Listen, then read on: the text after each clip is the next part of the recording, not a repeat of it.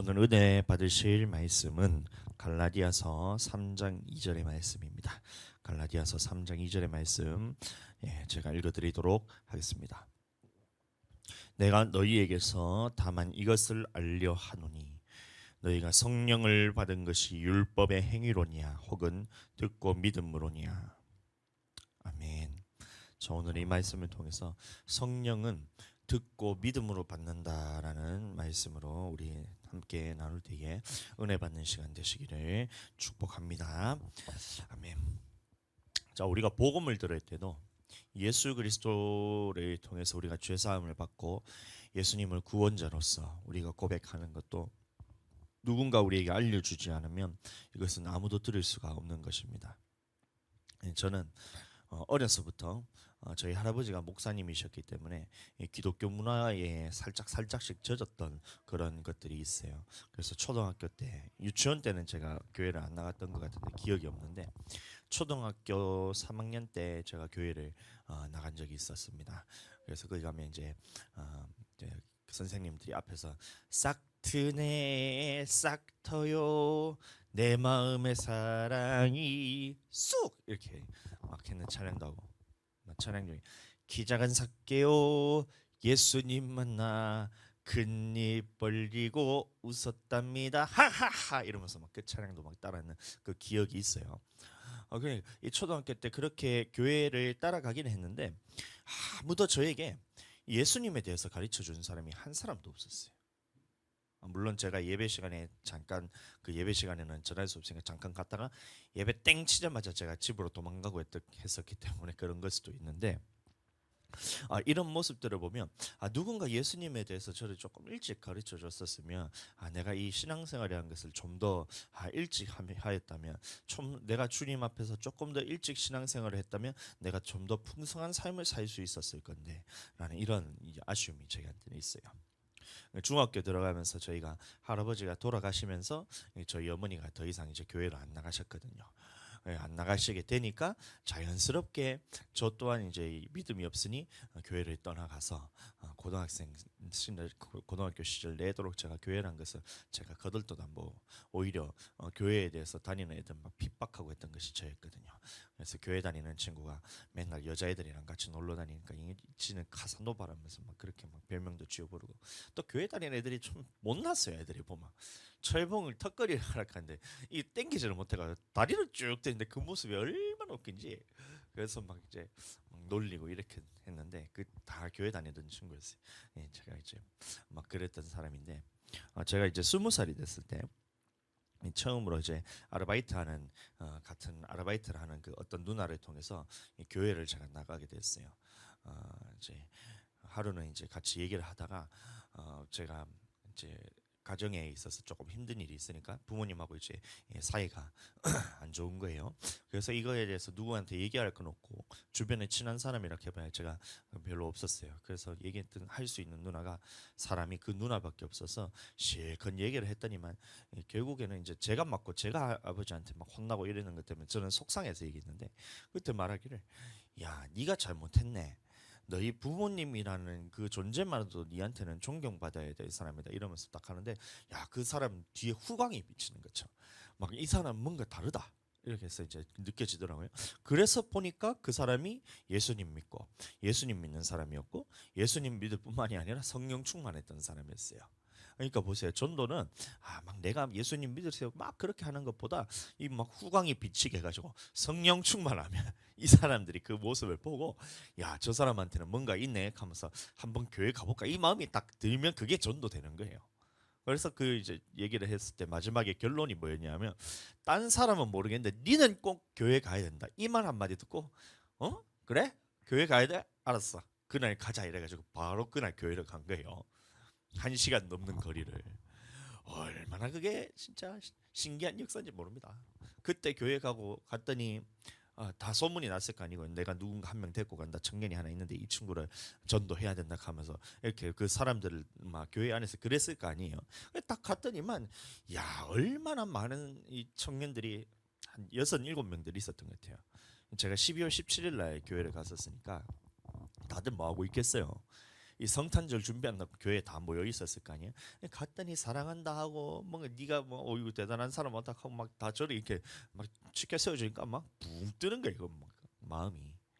그 사람들도 다 성령 충만했던 사람들이에요. 이렇게 이승훈 목사님도 그때 거기 계셨고, 그 이승훈 목사님이 청년회장이었어요. 그때 청년회장이셨고, 그다음에 막 나이 많은 사람들, 영숙 쌤, 막 이런 사람들, 그다음 유미 쌤, 나이 많으신 분, 저랑 띠동갑인 그런 분들입니다. 위로 띠동갑인 그런 분들. 그다음에 막 수아 사모님, 윤초롱 목사님, 막 이런 분들이 다 그때 거기 다 계셨던 거예요. 지금 보면 야 진짜 기라성 같은 그런 막 영적인 막 대가들이 다 모여 있어서 그런 청년회에 제가 처음으로 갔으니까 너무 교회가 좋은 거예요. 왔다 갔다 하면서 매일 1시간 반 거리나 되는 그거를 매주 제가 빠지도 않고 가고, 매일 가고 성탄절 준비하니까 또 매일 가서 옆에 기웃기웃거리고 있고 너무 신기하거든요. 내가 보니까. 그래서 이제 교회라는 것을 제가 다시 한번 발을 딛게 되었는데, 그때도 이제 예수님에 대해서 어렴풋이 알고는 있었지만 예수님이란 존재가 있고 또 교회라는 것이 있고, 그 다음에 이런 부분에서 사람들이 복음 하는데 그것은 나는 한 번도 듣지를 못하는 거예요.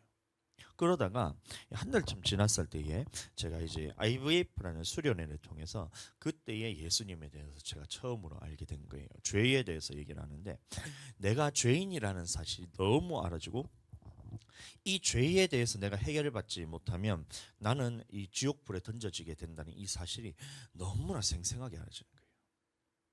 너무나 생생하게 알아지고, 그래서 이 죄에 대해서 문제를 해결하지 않으면 안 된다. 그래서 예수님이 없으면 나는 안 되는 사람이구나. 이 믿음이 저에게 생기는 거예요. 이 죄에 대해서 알긴 아는데 이거를 내가 어떻게 해결할 수 없는 이 상황 가운데 누군가 나에게 이 문제를 해결해 줬으면 하는데 예수님이라는 분이 계시다. 그리고 그분이 너의 모든 죄에 대해서 다 사하시고 너를 용서하시고 다시 하나님과의 관계를 회복시켜 주시고 영원한 지옥불에서 건져서 천국으로 데려다 주시는 분이 예수님이다. 이 소개를 딱 듣는데, 예수님 믿을 사람 자리에서 일어나서 기도하겠습니다 하는데 제가 벌떡 일어났어요. 앉아있다가 다 앉아서 나는 예수님 믿는 줄 알았거든. 그게 아니었던 거예요. 그래서 자리에서 일어나서 기도하겠습니다 하는데 자리에서 제가 그냥 벌떡 일어났어요. 그러면서 두 손 들고 주여 하면서 제가 얼마나 눈물을 흘리면서 그때 회개했는지 모릅니다. 그러니까 보세요. 예수님의 복음에 대해서도 누군가 전해주지 않으면 교회를 아무리 왔다 갔다 하더라도 그 사람은 예수님을 믿지 못하는 사람인 거예요. 김해 있는 어떤 교회에 누가 얘기를 하기를 30년 넘게 교회를 다니고 있는데 어떤 할머니가 계신데 자기 나이가 거의 막 80 가까이 되는 그 사람인데도 아직까지 교회를 갔는데도 예수님을 믿지 않는데요. 얼마나 안타까워요.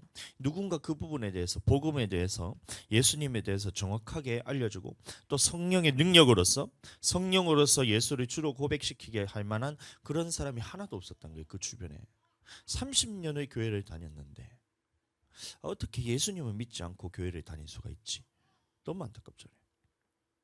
그러니까 복음이란 것도 보시면 교회를 왔다 간다 한다고 그것을 들을 수 있는 것이 아니라 누군가 이 복음에 대해서 정확하게 성령의 음성으로서 들려주는 사람이 있어야 그 복음을 들을 수가 있다는 겁니다. 로마서 10장 13절 14절 누구든지 주의 이름을 부르는 자는 구원을 받으리요 그런즉 그들이 믿지 아니하는 자를 어찌 부르리요 또 듣지도 못한 이를 어찌 믿으리요 전파하는 자가 없이 어찌 들으리요 이런 말씀하고 있죠. 그래서 우리는 늘 깨어 전도해야 됩니다. 전도를 할 때 처음에는 마음 문을 열고 문을 열고 부지런히 전도하고 복음의 문을 열어달라고 기도함을 통해서 여러분들 그렇게 우리가 전도를 계속 해야 돼요. 쉬지 말고 전도해야 되는 것입니다. 이 복음을 전하기 위해서는 제가 누누이 얘기하지만 순서가 있어요. 순서가 무턱대고 나가서 예수님 믿으세요 하면 그 사람들이 그 마음을 받아들일 수 있나? 그 말을 받아들일 수 있나? 한 사람도 받아들일 수가 없습니다. 그래서 어떻게 해야 되냐? 계속해서 이것을 뿌리고 이 전도주도 뿌리고 비타민 C도 나눠주고 그다음에 또 이제 그 나가서 사람들한테 아이스티도 나눠주고 선물도 주고 이렇게 해서 마음문을 열어야 돼요. 계속해서 부딪혀야 된다는 거예요. 그래서 이 마음문이 열렸을 때 그런다고 끝나는 것이 아니라 마음문이 열린 사람들에게는 예수님을 전하는 거예요. 지금 우리가 전도하는 공원이 뜰한채 아파트 그 사이 길이 있는데 그걸 앞에 보면 한주공원이라고 있어요. 한주공원에 거기 보시면 이미 많은 사람들이 마음 문이 열려 있어요. 그래서 우리는 조심스럽게 다가가야 돼요. 예수 그리스도를 믿는 이것을 잘못 전했다가 마음이 닫혀 있는데 그것을 억지로 문을 열어서 전하게 된다 하면 이걸 다음부터는 문을 열어주지도 않거든요. 마음문을. 그래서 이걸 저 기회를 달라고 전도할 문을 열어달라고 계속 하는데 어제도 제가 전도를 하는데 매일 뵙는 분이 계세요. 매일 뵙는 분이 얘기하기를 자기가 지금 교회를 방학하고 있어가지고 교회를 나가기는 해야 되는데 이 말을 하는 거예요. 그래다 기회다 싶어서 그럼 우리 교회 한번 나오세요. 우리 교회 방학 이제 그만하고 개강하시고 개학하시고 빨리 우리 교회로 와서 같이 신앙생활하면 좋겠다 하면서 그래요 알았어요 나중에 한번 갈게요 이러는 게 막 빈말일 수도 있어요. 그러나 그런 마음문이 열렸을 때 교회로 초청을 해서 이 영혼에 대해서 살리고자 하나님 전도의 문을 열어주시옵소서 하고 우리가 기도하고 있으면 여러분들 주님께서 열어주십니다. 이 전도를 하고 있으면 사람들이 얼마나 마음문이 다 열리는지 몰라요. 어제도 전도하는데 어떤 분이 또 오더니만 넓은 마음 교회 강사 목사님이시냐고 김동수 목사님이시냐고 이래 물어보길래 맞다 내가 그 김동수 목사 강사 목사다 딱 얘기를 했더니만 너무 수고하신다고 이 간에 좋은 이 야구르트를 하나를 딱 주는 거예요. 간 이게 필요해서 간이 필요했던 거를 주님이 아시고 그 손길을 통해 가지고 제 까마귀를 보내 가지고 먹이는 것처럼 제 간 음료수를 딱 주더라고요. 나 전도하다가 그런 거 처음 먹었어. 야구르트 돈 주고 사기도 너무 아까워가지고 그러고 있는데 간 요구르트 타면서 드시고 하라고 하면서 딱 주길래 그거 전도 다 끝나고 제가 먹었다는 거 아닙니까? 다른 사람 안 주고. 그래서 이렇게 마음이 다 이제 열려 있다는 거예요. 맨날 나갈 때마다 먹을 걸 주시는 거예요. 얼마나. 그리고 최근에는 요 며칠 전부터 이번 이틀 연속으로 관계 맺기를 계속 이제 하나님께서 상황을 열어주셔서 이제 하고 있던 것이 그 누구죠? 이 중학교 2학년 애들. 첫날에는 월요일에는 3명 중학생들하고 정자에 앉아가지고 같이 그 우노 그 게임 있잖아요. 우노 게임. 옛날에 해서 제가 기억이 안 나서 처음에는 어리버리탔는데 나중에 보니까 이 감각이 살아나더라고. 이 카드 이거 섞는 거 제가 너무 좋아했거든요. 이 하트 칠 때도 보면 제가 잘 섞어요. 밑장 빼기 이런 거 할 줄 압니다. 그 하트 칠 때 저랑 하시면 안 돼요. 저는 이거 다다다닥 하다가 밑장 빼고 이렇게 할 수 있는 사람이에요. 저는 재미로. 근데 이걸 이렇게 하다 보니까 이제 감각이 살아나서 했는데 결국에는 사모님이 1등 해가지고 그렇게 하는데 그 주변에 그 친구들하고 마음문이 열려서 함께 우리가 교제를 나누고 야구르트도 한 개 사주고 쌀과자도 주고 이렇게 해서 했더니 그 마음문이 또 열리면서 이게 복음을 전할 수 있는 기회가 계속해서 열리고 있는 거예요. 쌓이고 있다는 겁니다. 이거를 먼저 해야 돼요. 또 어제 같은 경우에는 또 다른 두 학생을 만났잖아요. 예림이하고 서린이 예림이 서린이 그 친구들도 2학년이고 그 전에 첫날 만났던 친구도 이름 뭐죠? 윤희, 정윤희, 이보경, 정가람. 이 친구 3명. 그다음 어제는 이예림, 이서린 2명. 이렇게 해서 이 5명의 우리 학생들을 관계를 맺기로 해서 기도할 수 있는 기회를 열어주시고 하나님께서 이렇게 또 문을 또 열어주시는 거예요. 그래서 우리는 지금 기도해야 되는 것이 그 영혼을 붙들고 하나님 전도할 문을 열어주세요. 예수 그리스도를 믿을 수 있는 문을 열어주세요. 이렇게 우리가 기도해야 되는 거예요. 이 악마수 그 웹툰 보면 나오잖아요. 이 영혼을 교회 가지 못하고 예수님 믿지 못하도록 그렇게 방해하는 것이 이 마귀 사단인데 이것에서 우리가 그것을 권세를 깨뜨리고 하나님 앞에서 이 영혼을 구원하기 위해서 주님 우리가 부르짖어야 돼요. 기도가 딱 하면 기도의 끈이 똘똘똘똘 해가지고 이렇게 그 마귀를 싹 묶어갖고 뿅 하면서 이제 쫓아내잖아요. 그런 것처럼 이 사단 마귀가 그 예수님을 믿지 못하게 하는 이런 영혼들에게 주님 예수 그리스도께서 주님 일하시옵소서, 주님 일하시옵소서, 성령님 일하시옵소서 해서 이렇게 보내면 그 마음문이 열리는 거예요. 계속해서 연락하는 거예요. 한번 교회에 왔다고 그 사람 영혼이 구원받는 게 아니에요. 그러니 계속해서 기도해야 돼요. 계속해서 챙겨줘야 되고 계속해서 필요를 채워줘야 되고 계속해서 마음문을 두드려야 돼요.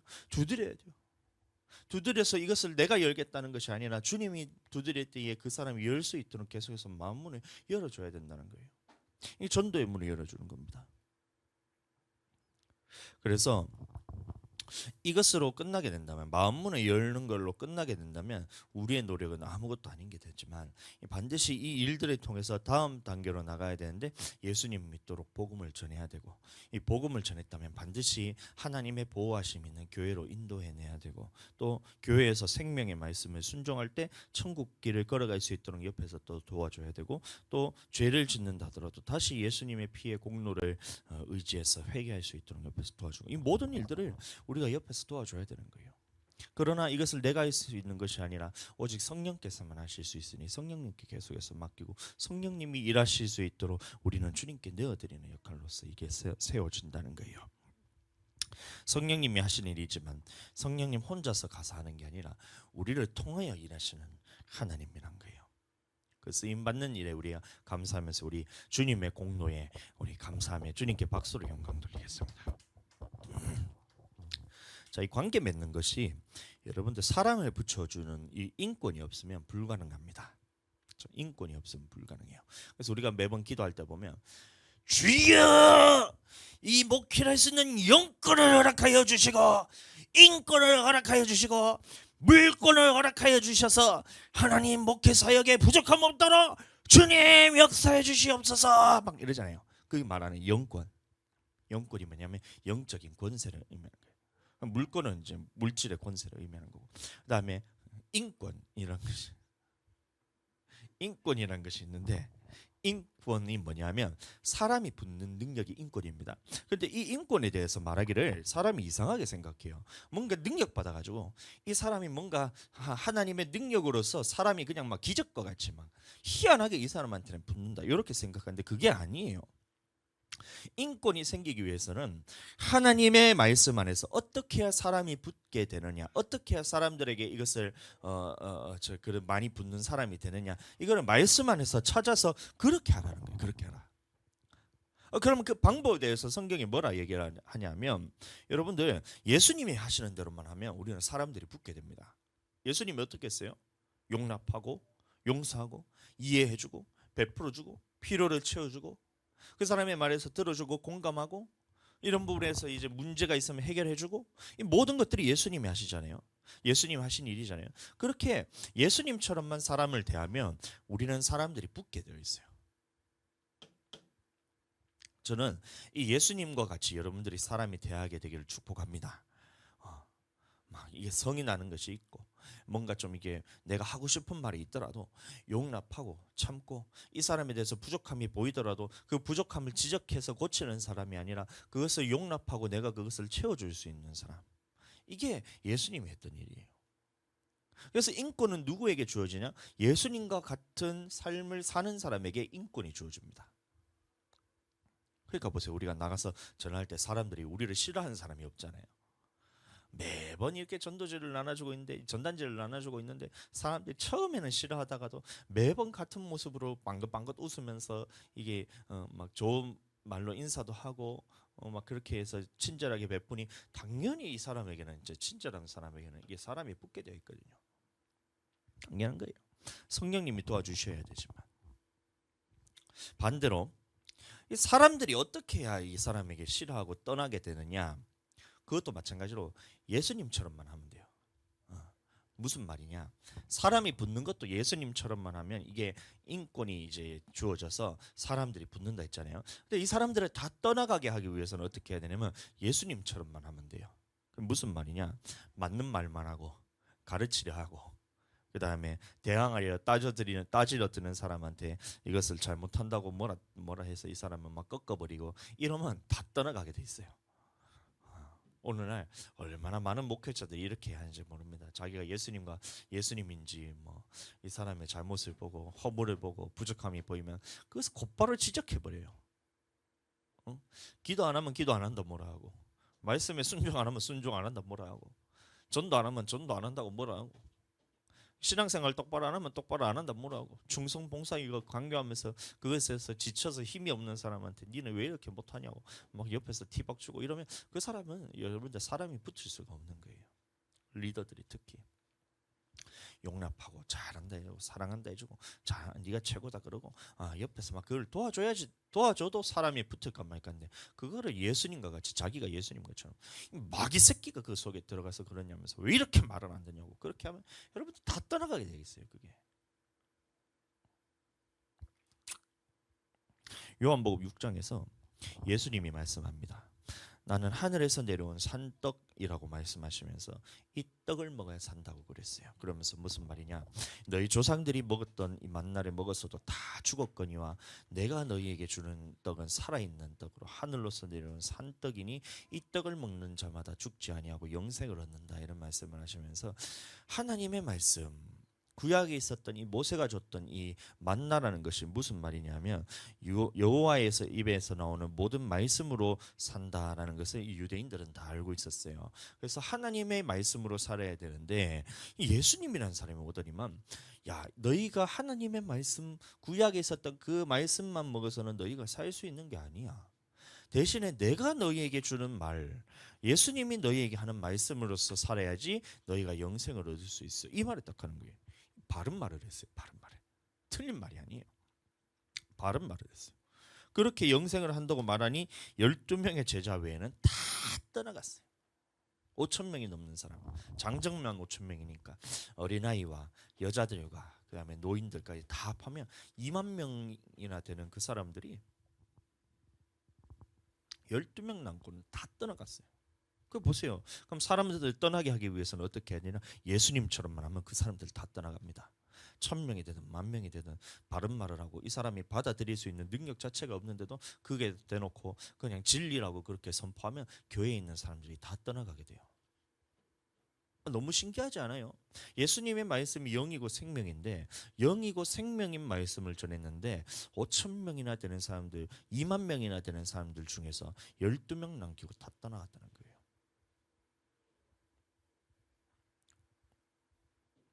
그러면 우리는 이 모습을 통해서 사람들과 어떻게 관계 맺기를 해야 되는지를 알아야 됩니다.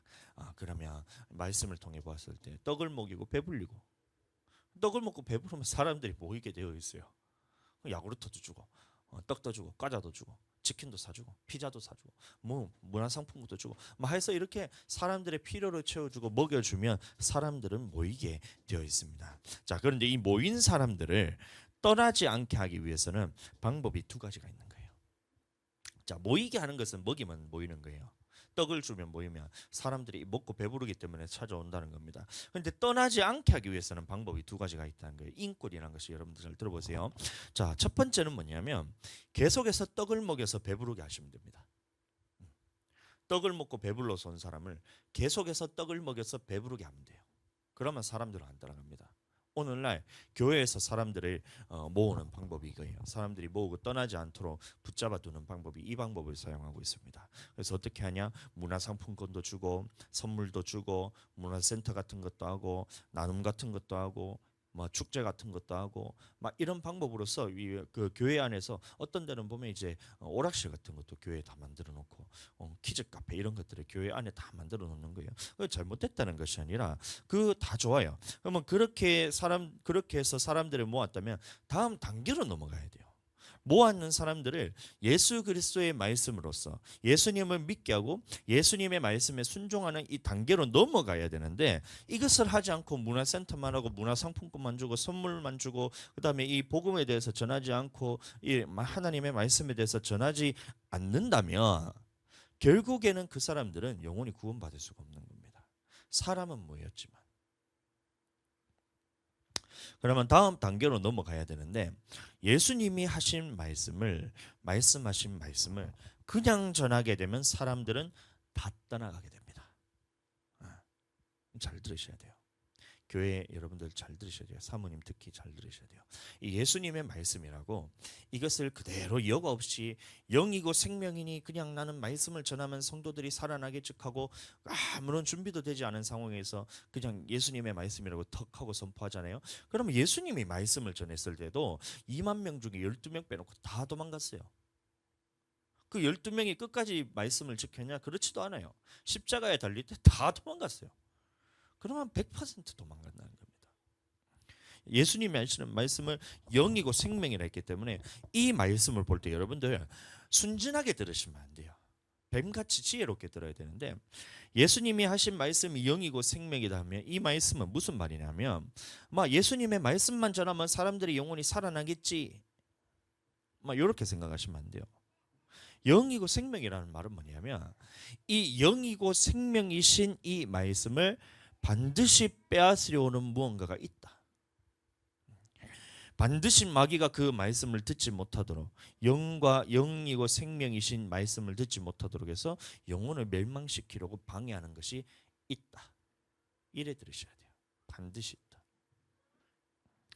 자, 그래서 이렇게 사람들을 불러 모아놓고 교회를 떠나가지 못하게 하려고 사람들을 막 문화센터도 하고 막 문화상품권도 주고 막 먹을 것도 주고 하여튼 돈도 주고 뭐도 주고 집도 주고 차도 주고 뭘 다 줘가지고 사람을 붙여놓는 거, 그것까지는 좋아요. 그런데 예수님의 생명력 있는 말씀을 전하면 성도들이 다 떠나가는 거예요. 그래서 교회에서 하지 못하는 게 복음의 메시지에 대해서 전하지를 못해요. 너무 안타까운 현상이에요. 이 죽음 후에 우리는 심판이 있잖아요. 천국과 지옥에 대해서 이제 강단에서 선포를 해야 이 영혼들이 살아나게 되는데, 그에 대해서 두려움을 갖고 하나님의 말씀에 순종하는 쪽으로 나아갈 수가 있는데, 강단에서 천국과 지옥 회개에 대한 말씀을 선포할 수 없어요. 왜요? 이 영혼들이 다 떠나가니까. 그 사람들을 붙잡아 놓기 위해서는 그런 말을 하면 안 되는 거예요. 죽는다는 얘기를 교회에서 하면 안 된다는 거예요. 심판에 대해서 얘기를 하면 안 된대요. 지옥 얘기를 하지 말래요. 그럼 도대체 교회가 존재하는 이유가 뭐냐요? 그러니까 보세요. 이것은 사람들은 불러 모으긴 하지만 영혼을 살리는 일이 아니란 거예요. 교회의 본질을 잃어버린 거예요. 교회는 한 영혼이 교회에 왔을 때에 이 영혼을 예수님 믿게 해서 하나님 앞에서 교회에서 신앙생활하게 해서 하나님의 말씀을 선포해서 생명의 말씀에 순종하게 만들어 영혼 구원하게 있는 것이 교회의 존재 목적인데, 이것을 하지 못하면 그거는 존재 목적이 틀린 거예요. 교회의 존재 목적이 아닌 거예요. 그래서 우리는 첫 번째 방법으로서 사람들을 모으는 것을 저는 하고 싶지 않아요. 와봐야 그 사람들이 영원히 천국 갈 수 없으니까. 그래서 우리가 이 방법으로서 물론 선물도 주고 비타민도 주고 우리가 교회에서 이제 비누도 주고 뭐 이런 것들 다 주지만, 이것은 근본적인 이런 본질이 아니란 거예요. 이것을 사람을 우리 교회에 왔을 때는 두 번째로 이 사람들이 붙어 있게 하기 위해서는 방법이 있는데, 성령을 받게 해야 된다. 성령을 받게 해야 된다.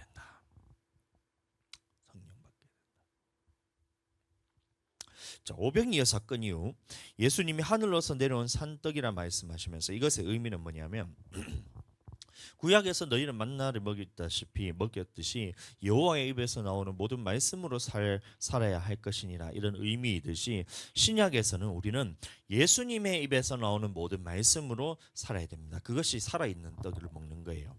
그때 2만 명이나 되는 사람들이 다 떠나가고 제자들만 남게 되었잖아요. 근데 그 제자들이 보통 제자가 아니에요. 어떤 제자냐? 집도 다 버리고 전토도 다 버리고 부모, 자식, 형제 다 버리고 예수님을 쫓았던 사람이에요. 그런데 이런 제자들이라 할지라도 결국에는 예수님을 부인하고 떠날 수밖에 없었어요. 십자가 사건 앞에서 겟세마네 동산에 기도하고 있을 때에 이 로마 군병들이 예수님을 잡아서 끌고 가려고 할 때 제자들이 전부 다 예수님을 다 버리고 도망가 버렸어요. 왜 그랬냐? 왜 십자가 앞에서 결국 예수님을 떠날 수밖에 없었냐?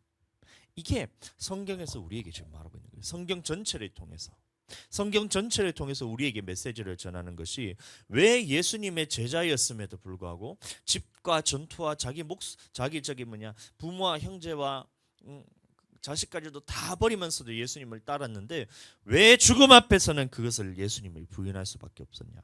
이거를 보내준 거예요. 다시, 왜 예수님은 이 자기를 따르던 수많은 무리들 앞에서 예수님은 다 하셨어요. 지금 이 말을 내가 전했을 때에 이 모든 무리들이 다 떠나갈 것을 알았어요. 심지어는 제자들조차도 이 예수님을 부인하고 떠나갈 것을 다 알았어요. 그런데도 왜 바른 말하면서 왜 이 말을 그냥 하나님 앞에서 듣지도 못할 것을 알면서 선포를 하셨냐? 우리에게도 똑같이 하나님의 말씀을 날 것으로 다 선포해서 사람을 다 떠나가라고 그렇게 보여주셨냐? 아니한 거예요.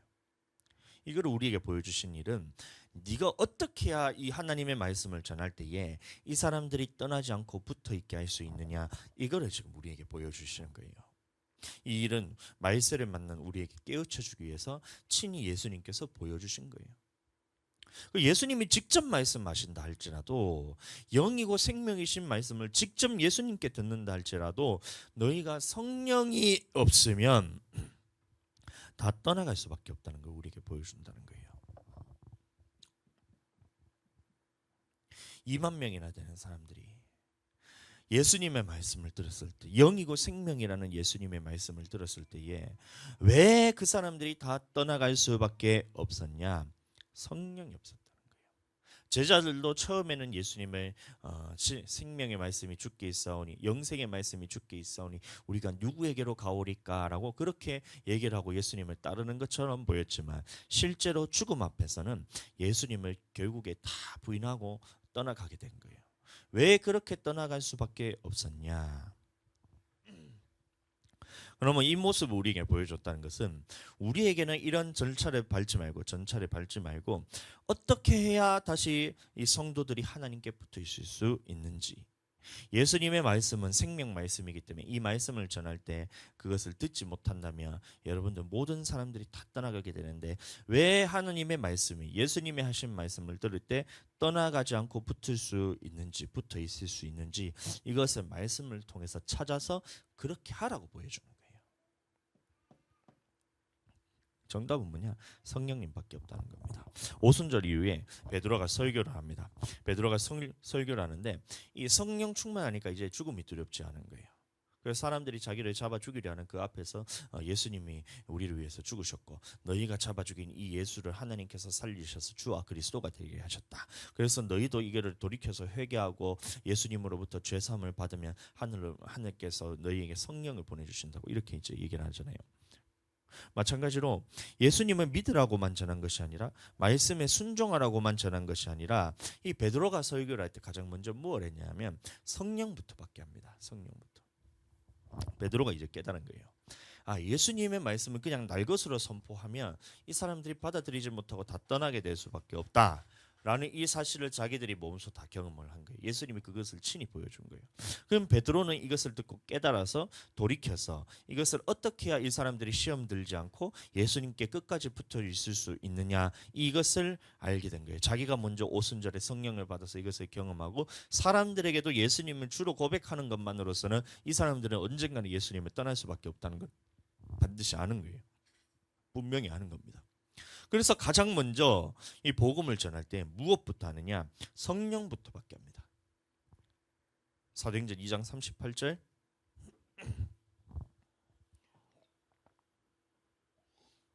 사도행전 2장 38절 말씀 제가 읽어드립니다. 베드로가 이르되 너희가 회개하여 각각 예수 그리스도의 이름으로 침례를 받고 죄 사함을 받으라. 그리하면 성령을 선물로 받으리니. 개역 개정에는 이게 번역을 희한하게 해놨어요. 성령의 선물을 받으리니 이렇게 해놨는데, 성령의 선물이 아니라 원어에는 뭐냐면 성령을 선물로 받으리니 이렇게 돼 있어요. 이때에 베드로의 말을 들은 제자의 수가, 성령 받은 제자의 수가 3,000명이나 됐다 그랬어요. 이 3,000명이 죽음 앞에서도 예수님을 이제 부인하지 않고 끝까지 예수님을 시인하는 사람들이 됩니다. 그리고 이 성령을 받은 사람들이 곳곳을 돌아다니면서 예루살렘 교회에 핍박이 있었을 때 모든 사람이 뿔뿔이 흩어져 가지고 그곳에 가는 곳마다 복음을 전하면서 이게 선포되는 것이 어떤 역사냐? 바로 이 성령 충만했던 이 예루살렘 교회 성도들이 가서 이제 성령을 전한 거예요. 이게 역사인 겁니다. 이 베드로는 보세요. 성격이 불같은 사람이에요. 그 맞는 것은 맞다, 틀린 것은 틀리다 하는 사람이에요. 예수님 앞이라 할지라도 앞뒤 가리지 않고 해부쳐져 버리는 사람이 바로 이 베드로였어요. 그런데도 사람들이 붙어 있어요.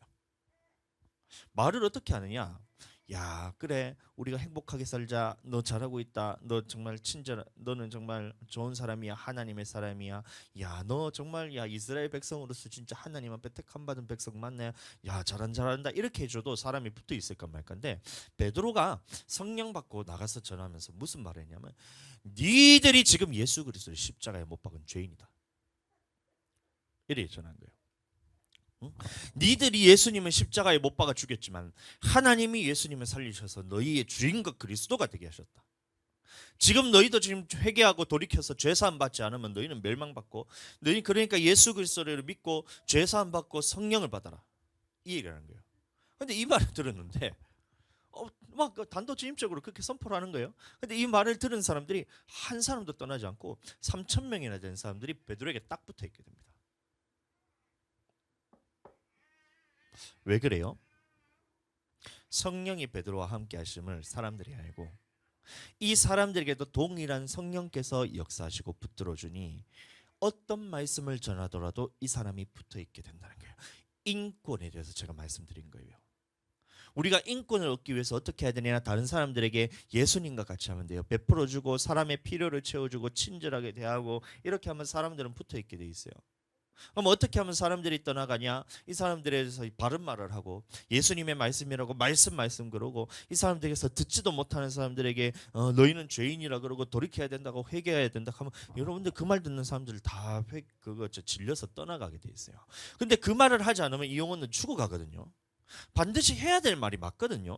근데 이 말을 했을 때 떠나가지 않게 하기 위해서, 그 사람이 끝까지 예수님께 붙어 있게 하기 위해서 그 방법을 알려주기 위해서 예수님이 요한복음 6장을 통해서 그 사건을 우리에게 보여준 거예요. 그냥 이 말씀은 예수님의 말이 영이고 생명인 거 맞아요. 근데 이것을 그냥 영어 없이 네가 전하게 된다면 그 사람들을 듣고 다 떠나가게 될 건데, 너는 그 전차를 밟지 마라. 전철을 밟지 말고 내가 하라는 대로 해라. 성령이 그들에게 임하셔야지 이 성령께서 그 사람의 마음을 붙들어주고 성령께서 하나님께 붙어있게 할 수 있고 성령께서 예수님이 하시는 말씀대로 그대로 붙어있게 할 수 있기 때문에 성령을 먼저 받게 해라. 아멘. 그래서 베드로가 먼저 했던 것이 성령을 받게 합니다. 그러니 베드로가 얘기하기를 너희는 예수님을 잡아 죽인 죄인 중에 괴수고 너희는 나쁜 놈들의 이놈 자식들아. 그래서 너희는 지금 그거 돌이키고 예수님 믿고 회개해서 죄사함 받고 성령 받으라 했을 때 한 사람도 떠나지 않고 3천 명이 돌아서는 거예요. 그 베드로에게 딱 붙어 있어요. 베드로는 불같은 성격이라니까요. 할 말 해야 되는 사람이에요. 참지는 못하는 사람이에요. 예수님의 복음에 대해서도 가장 먼저 나가가지고 예루살렘 거리로 뛰어다니면서 사람들에게 야 너희 죄인이다 이렇게 하고 돌아다니잖아요. 근데 그 말을 들었는데 신기하게 이전에는 사람들이 그거를 귀등에도 안 들어요. 예수님을 잡아 죽일 것까지 했는데, 근데 베드로가 그 말을 하는데 성령이 그 사람들에게 임하자 베드로의 말이 들리기 시작하는 거예요. 그러면서 베드로에게 형제 우리가 어찌알고 우리가 어떻게 해야 됩니까? 오히려 베드로의 권세 아래로 싹 순복하면서 이 베드로의 그 모든 인권이 그 속에 허락이 되는 거예요. 우리도 마찬가지입니다. 영권을 주시옵소서. 우리에게 인권, 물권 허락하셔서 주님 복회하는데 능력이 받아서 부족함이 없도록 주님 부어주시옵소서 이렇게 기도한다고 될 게 아니고 영권을 어떻게 얻어야 되냐 이 방법이 있다는 거고, 이 인권을 어떻게 얻어야 되느냐 방법이 있다는 거예요. 성령을 받게 해라. 너를 통해서 안수를 통해서 성령을 받게 하면 하나님의 권위가 너에게 있기 때문에 이 권위를 통해서 사람들이 너에게 순복하게 된다. 그리고 이 질산에서 사람들이 너를 떠나지 않고 하나님 앞에 인권이 너에게 주어지게 된다 이 말인 거예요. 여러분들은 제가 대단해 보이나요? 사모님 제가 대단해 보여요? 안 대단해 보여요? 다시 제가 이제 회개하고 좀 돌이켜야 되겠다. 대단해 보인다 해야 이제 다음 말씀으로 넘어가는데 육신적으로 볼 땐 보잘것없는 거 맞아요. 아무것도 할 수 없지만 근데 성령님이 저와 함께 하는 걸 보니까 여러분들이 제 말의 권위에 여러분들 순복하게 되잖아요. 아멘. 제가 무슨 능력이 있어서 제 말을 듣게 하겠냔 말이에요. 제가 무슨 능력이 있어서 사람들이 붙여 있을 수 있도록 그걸 하겠냔 말이에요. 저는 3마디 이상 하지를 못하는 사람이에요. 근데 설교할 때 제가 듣기 싫은 말을 하더라도 여러분들이 그 말씀을 살리는 말로 들린다는 것은 제 안에 하나님께서 함께 하시는 것을 여러분들이 보기 때문에 그런 거예요. 그리고 또 하나, 여러분들이 그렇게 보인다는 것 자체가 지금 여러분들이 성령 충만하다는 거예요. 성령께서 충만하게 하셨기 때문에 이 주의 종에 통해서 하는 이 하나님의 말씀, 날 것 그대로의 예수님의 영의 말씀, 생명의 말씀을 전할 때 그거를 듣고 떠나지 않고 교회에 붙을 수 있을 수 있다. 그 말이 뭐냐 하면 여러분들이 지금 성령 충만하다는 얘기입니다. 그게 너무 감사해요. 나는 우리 교회 모든 성도가 성령 충만했으면 좋겠어요. 그래야 제가 예수님의 영의 말씀, 생명의 말씀을 가감없이 선포할 수가 있거든요. 근데 한 사람이라도 성령에 대해서 받지 못하고 충만하지 않으면 이 말씀을 전하는 즉시 그 영혼은 떠나가게 돼 있어요. 아무리 사소한 말씀이라도, 겨자씨만큼 작은 말씀이라도 성령이 없다면 이 말씀에 대해서는 그 사람에는 거치는 것이 되고 부딪히는 것이 되고 이 사람이 걸려 넘어지는 것이 되기 때문에, 그러면 목회자는 그 사람 눈치를 봐야 돼요. 성령을 받아야 돼요. 그래서 그럼 성령 받은 이 성령 충만한 사람들에게는 어떠한 말씀을 선포하더라도 이 말씀이 그 사람들에게 생명으로 역사하게 됩니다. 안 떠나가요. 싫은 소리를 해도 안 떠나가요. 이번 주에 주일날 제가 얼마나 말씀의 선포를 강하게 했어요. 제가 원래 강한 사람이 아니에요. 저는 유한 사람이고 사람을 이렇게 잘 하는 사람이고 그런 사람인데 말씀을 선포하는 거예요. 어떤 말씀이냐? 네가 지금 육신의 소욕에 빠져서 그렇게 살아가면서 네 영혼이 천국 갈 것 같냐? 이긴 거예요. 한마디로 말하면 육신의 소욕에 끌려 살게 되면 너는 반드시 멸망을 받을 것인데 성령으로 너희가 이 육신을 처방종시키지 않으면 네 영혼 지금 지옥 가게 된다. 이 얘기를 선포했거든요. 그 말을 듣고 사람들이 울어요. 회개하고 돌이켜요.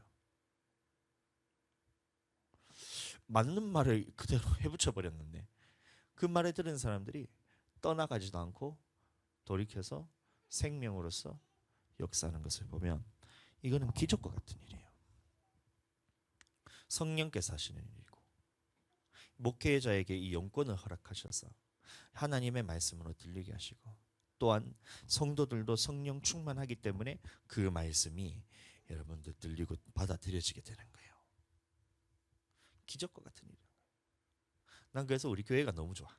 나는 우리 교회가 너무 좋아. 왜냐하면 이 담임 목사가 뭐라 말을 하는데 무슨 말을 해도 이 성도들이 다 그것을 아멘해. 아멘. 다 아멘해. 다 아멘. 그게 하나님의 교회의 모습이죠. 그래서 앞으로도 계속해서 우리 교회는 이런 성령의 능력과 말씀의 능력으로서 영혼을 세워나가게 될 거예요. 저는 먹을 것을 채워서 떡으로서 배불리는 목회를 하고 싶지 않아요. 돈이 너무 많이 들거든. 우리 사무실에다가 키즈 카페 하나 만들어 놔봐야 여러분들 키즈 카페 하려고 오지 그 사람들이 영혼이 예수님께로 인도함을 받지를 못해요. 그래서 저는 그런 식으로 사람을 붙들어 놓고 싶은 마음이 전혀 없습니다. 교회를 앞으로 크게 우리가 이제 하게 되면 뭐 문화센터 이런 것도 뭐 하게 될지도 모르겠어요. 근데 제 마음에는 아직까지 그게 안 생겨요. 그렇게 문화센터를 해봐야 그 사람들이 오는 이유가 문화센터 참여하려고 오는 거지 예수님을 믿기 오는 게 아니기 때문에. 그럼 이 사람들은 이 예수님을 믿을 수 있도록 이것을 다음 단계로 넘어가야 되는데 성령받게 하지 않으면 이 사람들은 절대 예수님을 믿지 않거든요. 하나님의 말씀을 듣지 않거든요. 그냥 문화센터로 오는 거예요. 그래서 그렇게 노력하고 해봐야 힘을 들이고 돈을 들이고 해봐야 다 헛수고일 뿐인 거예요. 그래서 나는 두 번째 방법으로서 어떠한 사람이 오든지 이 사람을 성령 받게 해서 성령을 통해서 붙어 있게 하고 어떠한 말씀을 예수님의 영인 생명이신 영이고 생명이신 예수님의 말씀은 그대로 전했을 때에 이 성령 충만한 사람들은 그것을 받아들이고 떠나지 않게 된다는 거예요. 저는 목회를 그렇게 하고 싶은 거예요. 하나도 저는 허투루 쓰고 싶은 마음이 없어요. 돈으로서 이 영혼들을 사고 싶은 마음이 전혀 없어요. 필요를 채우고 먹을 것을 채워줌을 통해서 이 영혼들을 교회로 불러 모을 생각이 전혀 없다는 겁니다. 자, 그러면 어떻게 성도들이 성령을 받을 수 있냐? 이 본문 말씀을 보시면 듣고 믿음으로 성령을 받는다라고 말하고 있습니다. 이 복음을 전할 때도 전하는 자가 없으면 어떻게 들을 수 있냐, 듣지는 못했는데 어떻게 믿을 수가 있냐 이래 말하고 있잖아요. 그게 전해야 들을 수 있는 것이고 들려야 믿을 수가 있는 거예요. 그런데 이것과 마찬가지로 이 복음을 전할 때도 듣는 사람이 전하는 사람이 있어야 듣고 이것을 들을 수 있어야 믿음이 생기는데, 예수님을 믿는 것도 이런 것처럼 성령도 어떻게 해야 되냐면 이 전해야 들을 수가 있다는 거예요. 성령에 대해서 듣지 않으면 이 성령에 대한 믿음이 생기지 않는다는 겁니다. 갈라디아 3장 2절, 내가 너희에게 다만 이것을 알려고 하느니 너희가 성령을 받은 것이 율법의 행위로냐 혹은 듣고 믿음으로냐. 그러니 율법의 행위로서 성령을 받는 게 아니라는 거예요. 여기서 말하는 율법의 행위는 할례를 의미하는 거거든요. 할례 받는다고 해서 이 사람들이 성령 받는 게 아니라는 거예요. 예수님을 믿고 아브라함의 자손이 되었다고 해서 이 사람이 성령을 받는 것이 아니라는 거예요. 성령은 어떻게 받느냐?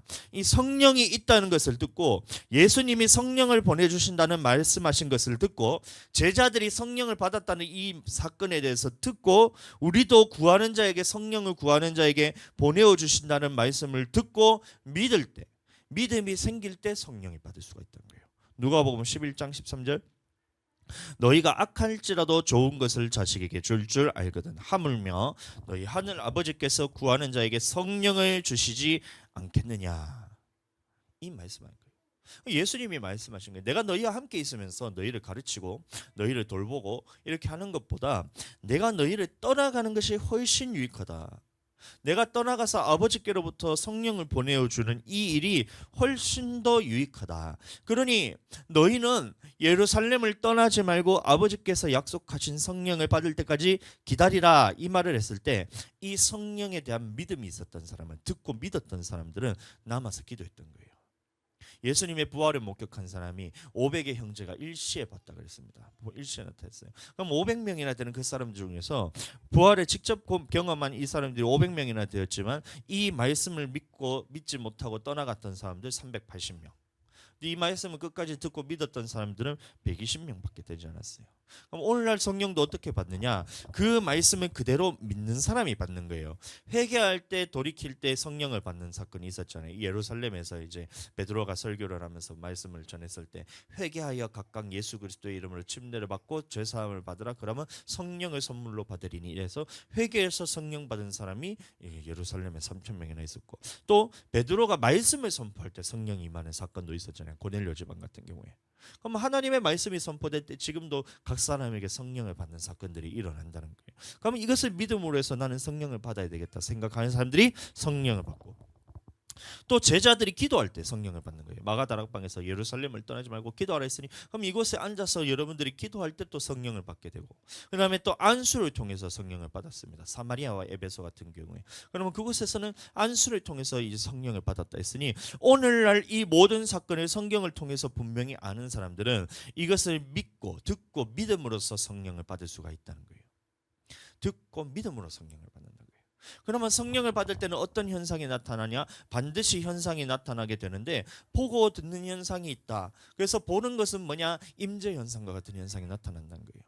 손이 들리기도 하고, 막 도리도리 하기도 하고, 막 이렇게 하기도 하고, 고개를 이렇게 하기도 하고, 막 뱅글뱅글 돌기도 하고, 막 몸을 이렇게 하기도 하고, 이 모든 것들이 뭐냐면 임재 현상이에요. 임재 현상. 임재 현상. 이 안에서 모든 하나님의 역사들이 다 나타나게 됩니다. 그러면 듣는 것은 뭐냐? 방언으로서 기도하는 거예요. 이런 식으로 이 방언으로서 내가 알아듣지도 못하지만 하나님께서 성령이 내 영과 더불어서 주님께 직접 올려드리는 이 기도로서 나타나는 현상이 뭐냐면 방언인데, 이것이 표적이라는 거예요. 그럼 성령 받았는 것을 우리가 어떻게 알 수 있냐? 이 방언과 임재 현상이 나타난 것을 보면 우리가 성령 받았는 것을 알 수 있다. 이것을 들었을 때, 이것이 믿음이 있는 사람들은 그것을 하게 되고, 그 믿음을 통해서 이제 성령을 받게 되는 거예요. 우리 교회는 누가 오든지 예수님을 믿고 손을 얹고 기도를 하면 다 방언으로 기도해요. 너무 신기하지 않아요? 초신자든 헌신자든 교회를 방학했다가 오는 사람이든 내국인이든 외국인이든 할 것 없이 모두가 성령을 받고 방언으로서 기도를 해요. 교회 처음 만난 사람도 예수님에 대해서 복음을 전하고 손을 얹고 기도하면 방언으로서 기도하는 사람이 돼요. 왜 그래요? 이 다윗 목사의 권위가 이 하나님 앞에서 이 말씀을 그대로 막지 않고 하나님의 성령이 하시는 역사에 대해서 내가 막지 않고 그것을 다 나타나도록 이것을 열어놨기 때문에 이 하나님의 이 질서 안에서 나타나게 되는 거예요. 그리고 모두가 성령을 받고 방언으로 기도하는데 왜 그러냐? 듣고 확실한 믿음이 있기 때문에. 듣고 확실한 믿음이 생기기 때문에 그 믿음을 따라서 성령을 받게 되는 거예요. 안수할 때 성령이 임한 사건은 허구가 아니거든요. 지어낸 얘기가 아니에요. 사도들이 제자들이 사마리아에 갔을 때 성령 받은 일이 없다 해서 내려가서 베드로와 요한이 이제 기도를 하잖아요. 그래서 사마리아 성읍에도 안수를 하며 사람들이 성령을 다 받아버렸어요. 그러면 안수를 통해서 성령을 받는 사건이 가짜가 아니다. 하나님의 말씀을 들어보니 이게 진짜구나 믿어지면 그것이 나에게도 나타나는 거예요. 아볼로의 제자들이 에베소에 있었을 때에 이 사람들에게 바울이 제일 처음에 가서 하는 말이 뭐냐면 너희가 믿을 때에 성령을 받았느냐 말하는 거예요. 그럼 예수님 믿는다고 성령 받은 게 아니라는 걸 우리는 그걸 알고 있어요. 말씀을 통해서. 이런 부분에서 잘못된 것을 고쳐주고 그 다음에 어떻게 했느냐 바울이 제자들에게 안수함에 그들이 성령을 받는지라 방언을 하고 기도하고 하나님 높이는 것을 들었댔죠. 그러면 이 손을 얹어서 기도할 때에 성령을 받고 이 제자들도 방언과 임재 현상이 나타났다는 거예요. 그럼 이 말씀은 허구가 아니라 진짜란 거예요. 가짜가 아니란 거예요. 그래서 우리 교회에서도 이 믿음이 생기기 때문에 이 똑같은 믿음을 가지고 하나님 앞에서 똑같은 주의 말씀대로 순종하는 마음으로 했을 때에 내가 잘난 것이 아니라 내 속에 계신 성령님께서 여러분들에게 그 성령을 보내주시겠다, 구하는 자들에게는 반드시 주시겠다는 하나님의 그 약속의 말씀을 따라서 역사를 하니까 그 사람에게 성령이 임하고 방언으로 나타나는 거예요. 실제로 나타나는 현상이에요. 그래서 이렇게 성령 받은 사람이 믿음이 흔들리긴 합니다. 여러분들 이게 성령 충만하다가 또 떨어질 수가 있어요. 육신 충만하면 성령의 소욕이 중간에 끼어가지고 제 몸에 끼어가지고 막 납작하게 쪼그라들어가지고 힘을 못 쓰는 그런 상태가 되기도 한단 말이에요. 성령이. 그래서 우리가 성령 안에서 기도하고 육신을 처복종시켜서 성령의 소욕으로서 이것을 장악해내면 또다시 내가 성령 충만함을 통해서 하나님 말씀에 순종할 수가 있는 거예요. 말씀 어떤 말씀이라도 들리더라도 내가 그 말씀에 순종하게 있는 거예요. 그래서 성령 받은 사람은 믿음이 흔들리긴 할지언정 다시 와서 기도를 했을 때 이 성령이 다시 불일 듯 부어지게 되면 흔들리긴 하지만 교회를 떠나가진 않아요. 성령이 있기 때문에. 하나님이 살아계심이 자기가 경험했기 때문에 이 환난 가운데서 그런 믿음의 연단 가운데 던져진 사람들은 그것을 통해서 영혼 구원함에 이르는 믿음에 자라나도록 오히려 그것을 통해서 더 이제 연단을 통해 자라나게 되는 거예요. 이게 성령께서 하는 거예요. 주일날 찬양하고 하는데 눈물 흘리고 회개하잖아요. 집사님이 찬양 끝나고 난 다음에 이제 했는데 다 같이 주여하고 기도합시다 하는데 눈물이 펑펑 쏟아요. 그 역사가 나타나는 이유가 뭐예요? 성령께서 역사하시는 거예요. 다윗 목사가 이 육체의 소욕을 혐오하다시피 하고 있거든요. 지금 육신의 소욕을 저는 혐오하고 있어요. 지금 완전 그냥 막 꼴도 보기 싫나 육신이란 것은. 그래서 이게 성도들에게도 그대로 전달이 된 거예요. 저는 이 육신이 싫어요. 왜냐하면 항상 이 육신이 하나님의 일을 방해하는 거예요. 이 육신이란 게. 그래서 한 2주, 한 1주, 한 주 반, 한 10일쯤 전부터 해서 계속해서 육신의 소욕에 대해서 끊어내기 위해서 이렇게 하는 거예요. 나는 육신의 소욕에 나를 내어주지 않겠다. 내 영혼을 내어주지 않겠다. 이렇게 결단하고 제일 먼저 잠부터 줄고 있어요. 그럼 방법은 어떻게 하냐? 너무 졸릴 때 방언으로 기도하고 막 그러면 또 어디선가 모르게 힘을 또 주어주고 이런 것들이 이제 제가 경험을 하고 있거든요. 그러면 천국에 가면 여러분들 밤도 없고 다시 밤도 없다 했잖아요. 그러니까 보세요. 그 말은 천국에서 입을 우리가 입게 될 새 몸은 새 육신은 자지 않아도 전혀 피곤하지 않는 몸인데 맞잖아요. 천국에 가면 다시 밤이 없다 그랬거든요. 그럼 우리가 자지 않더라도 그것이 체력이 갉아먹지 않는 이런 이제 몸을 입고 살아가게 될 것인데 우리는 이 땅에 살아가면서 이게 육신이라는 것이 나를 얼마나 잠재우려고 그러는지 그러니 얼마나 육신이 실증나겠어요. 그래서 졸려 죽을 것 같을 때 다시 한번 주여 하고 이렇게 기도하면서 깨는 거예요. 깨우는 거예요. 졸린 거 밤이든 낮이든 상관없어요. 졸려서 도저히 내가 못 버티게 할 때 주여 하면 눈이 또 또롱또롱하면 되면서 성령님이 나를 또 이끌어가는 주 힘을 또 주시기도 하거든요. 그래 보세요. 이 육신이 얼마나 싫겠냔 말이에요. 전도를 할 때도 마찬가지예요.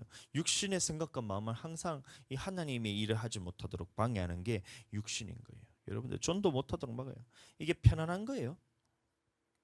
처음에는 힘들어도 이제 힘들어 이것을 참으면서 나가다가 막 지쳐서는 이제 도저히 못 나가겠다 싶을 때는 또 전도를 또 쉬었잖아요.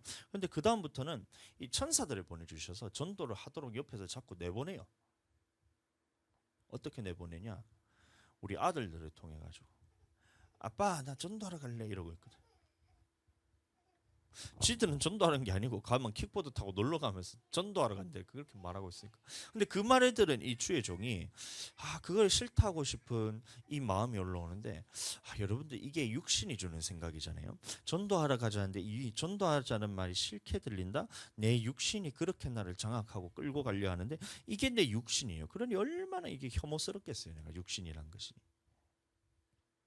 지금은 너무 자연스럽게 나갑니다. 즐거워요. 전도하는 것이 더 즐거워요. 막 어제 같은 날은 잘 안 받아줘요. 우리 평상시에 전도하면 전도지를 나눠주고 이제 전단지를 나눠주면 한 막 90%는 사람들이 다 받아줍니다.